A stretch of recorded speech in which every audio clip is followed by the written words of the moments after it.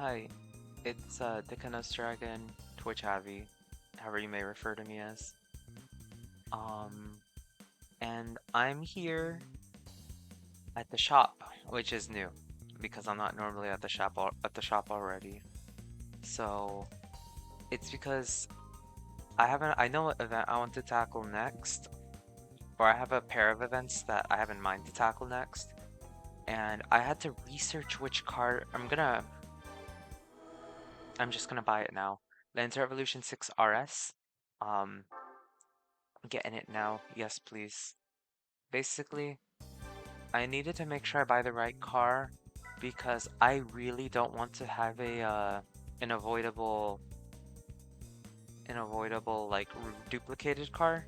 So like basically for whenever I do the Lancer meeting, I need to make sure that I don't buy a car that I'm about to earn, but there are so many different versions of this car, and I don't know which one the game's gonna give me. Like some of them are available as a price car, some aren't. So I needed to make sure, okay, like this is the like if this is the version that I'm getting, blah blah blah. Gotta make sure I don't like I don't know, 276 horsepower, 276 horsepower, blah blah blah. Yeah, I just need to make sure I don't end up buying a car just to earn it again. In some cases, like in the Vits race, it's impossible. I used the prize car that it gave me to win another prize car that was the exact same thing. Okay, now it says 302 horsepower.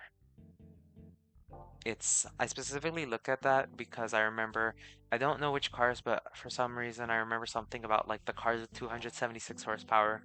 They have to have that listed. I don't know if it's like regulations, rules in Japan. I don't know the specifics of that. I just remember that being the case. So basically, this vehicle choice will help me do the evolution meeting races. I don't know if we're fast enough to do these. I know in this car we're almost for sure fast enough to do the four-wheel drive challenge. So I'm going to do that first. And I'm going to read the card. Why don't you choose four-wheel drive? Though it is the composition which became stable most and stands a big output, now we declare four-wheel drive is a supreme. If you approve of this declaration to participate in this challenge. That was very confusing for me to read. Uh, we love translation. Yeah. Declaration of four-wheel drive supremacy. No. Oh, I didn't even look at the upgrades. I don't think I need to do an upgrade yet. This is a 300 horsepower car. It's a licenseless event. Oh, I think I'm way too fast. I guess I could have done the TT 1.8T Quattro. I was thinking of buying that because I need it for a different event. But it's also it's a potential prize car that I could earn, and I'm really trying to avoid duplicate cars, so I need a path in a specific order. Okay, yeah, looks like I'm gonna be quite fast. Oh well. Oh, I still need to drive well though. Oh, I guess the computers aren't driving well themselves, so no, I need to. I don't really. I haven't driven a four-wheel drive in this game, um, or at least in a long time. Like in this playthrough, this is the first four-wheel drive vehicle that I'm driving, so I'm going to have to get adjusted. The more recent, like the newer the Gran Turismo games are, um, the adjustments are actually a lot more difficult to get used to, especially if you have your assists turned off, which I do not have my assists turned off. I keep forgetting to do that. Um, I ooh, 111101. That's a pretty satisfying number. Um, Basically, at the bottom right, you can see where it says ASM and TCS. Those are the two assists I think that are in the game. Eh, Um, I don't know when, like, I think ASM will flash when it's like actively making a difference. TCS is just always active. It's always playing a role. I think that's how ASM works anyways. I think TCS stands for, oh no, TCS also flashes when it's playing a role. TCS helps prevent wheel spin. I don't know if it stands for traction control something, TCS traction control, whatever the S stands for. I don't know, something like that. I don't have a clue about what ASM could stand for. When I was a little kid, I would just read it as ASM. I didn't say the letters, I said ASM. I don't know. I don't know what it stands for. I just know it has to do when you're turning left and right. Uh, okay.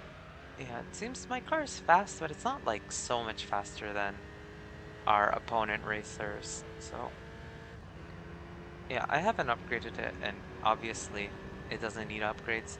When we go into the Lancer meeting, I do wonder if it'll need a single upgrade because this was among the cheapest of the Lancers available.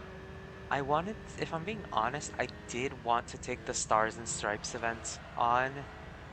I really wanted to do it, but the car that I wanted to purchase, we were just shy. Like, we didn't have enough credits to buy it. Oh, it's 2 laps. I was like expecting the third lap to start. Okay. Audi TT, the slowest car here, which is shocking.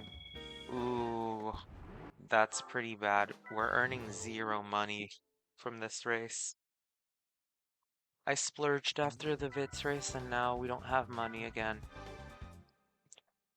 I honestly might have to get the B license sooner than I thought. We might need to access some of the other races because for some of these licenseless events, I'm needing to have to buy new cars, but I just earn so little money from these races that I might have to just take on another one. Like I might need to take on take on my first license to unlock events that give more money and then go back to like the broke boy events. Ooh, okay.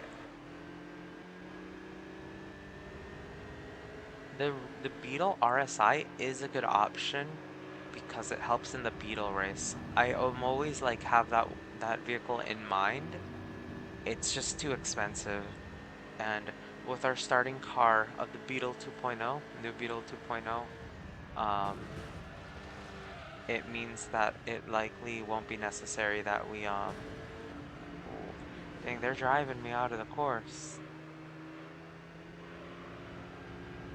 Oh, I don't even know what I was saying. Something about the new Beetle. Yeah. Basically, the Beetle Cup, I think all of our enemies, I can't remember if all of the opponents in the Beetle, I was gonna say if they're all Beetle RSIs or Beetle Cup cars.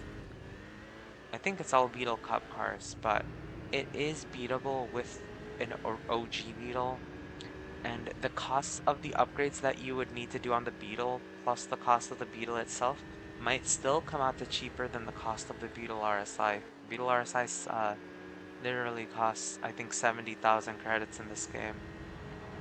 Also, I've got the straight line advantage, but I'm not like so much faster than them.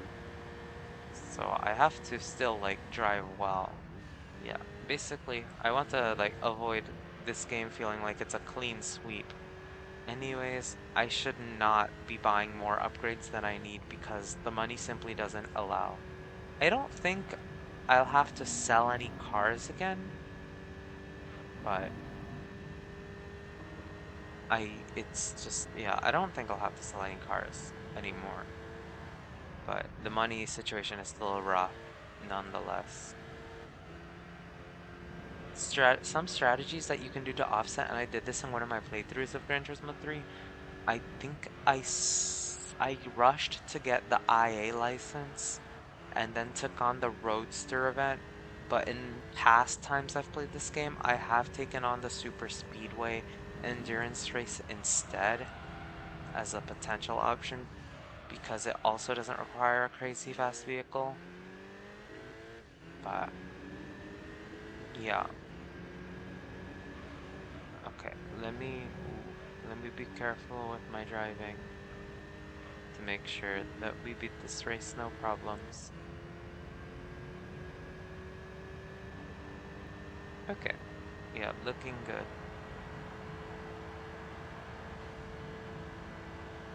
I always miss the ending music that plays when you win. I can't have music on, so it is what it is. Though I might, I'll have to see what some of the other Gran Turismo Let's Players did. Don't remember if this is the game where you can manually turn off all the music and keep the race. Like you could turn off all the songs and then keep the race music on, and that lets you still hear like the songs that play before and after. I need to check. Okay, Special Stage Route 11. This is the first time that we're playing this course in the Let's Play. And as you can see, the layout's very complicated. I think this is the hardest course in the game. Because once you're taking it on in race cars and in like some of the fastest cars in the game, this track is no joke. Both its normal layouts and its reverse layouts are very challenging.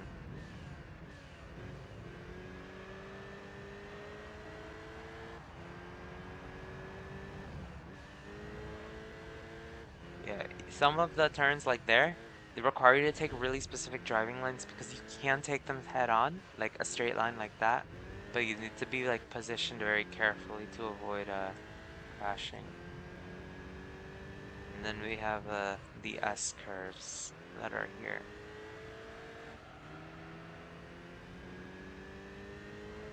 Or not S curves, that's not the right term. The two hairpin turns. S curves would be describing something else. I gotta be careful about what I say. And this part, if you're not careful, can absolutely murder you. In Gran Turismo 1, it was basically that part was basically like on crack. Because the track layout was different in Gran Turismo 1 for this track. Um, but in this game, it's a bit different, but still a very difficult course. I never liked the racing on this course, but it's nice. It's long. It's a good challenge. The races that take place here in the professional league are going to be some of the hardest courses, especially depending on what vehicle you use. Speaking of vehicle, in the championship roulettes that we have, it's going to be a lot more difficult in the our championship roulettes later on are going to matter a lot more. When I'm playing this on a console, I save scum.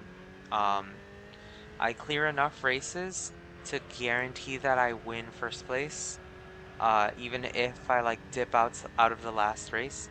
So then I boot up the console. When I'm on the last race, I exit the race to go to the prize car rewards. And if it's not the prize card that I want, I'd save scum. But this was so long ago that like I didn't even like in my head I didn't even think to check like, oh, should I look up what cars are available? No, I would have to do like trial and error over and over to see what all four prize cars were because this was like I'm trying to think when this was. This was like 2009, 2010, like maybe 6 years old. Forums did exist, but a little kid me isn't thinking about that. I probably didn't even think to do that until like 2014, 2015, because I have flashbacks of me asking my mom for my phone or asking my mom for her phone to and I looked up what the prize car rewards were for a specific race event because I wanted a specific car, and it was a 1 in 4 chance, and I got it first try. And it was for a race that's like not a championship series. It was just like one long 1 hour race that you have to complete. So I could have just done the 1 hour race and not gotten the prize that I wanted, and there's nothing I would have done. I would have just been sad. So that was pretty interesting. And I know that this was 2014, 2015 because I distinctly know that this was before I had my phone. So I'm like, my brain automatically puts like, oh, I must have been in elementary school. I don't remember how old I was when I got my phone when I was in middle school. I know it was I know by year 7, middle of year 7, early year 7, I know I already had it. I just I don't know.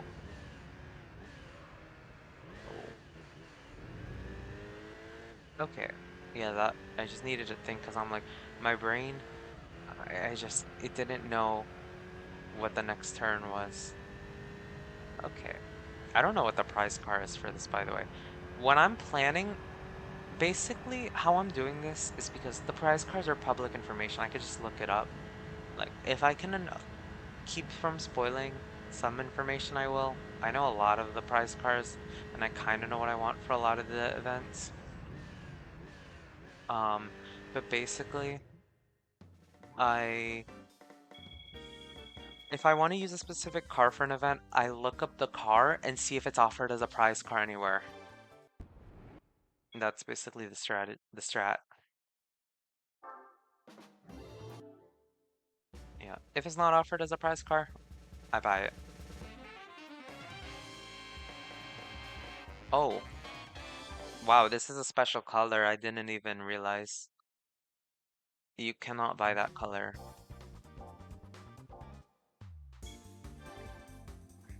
Uh, actually, let's test my car knowledge. This is for the Suzuki something. Suzuki Alto Works.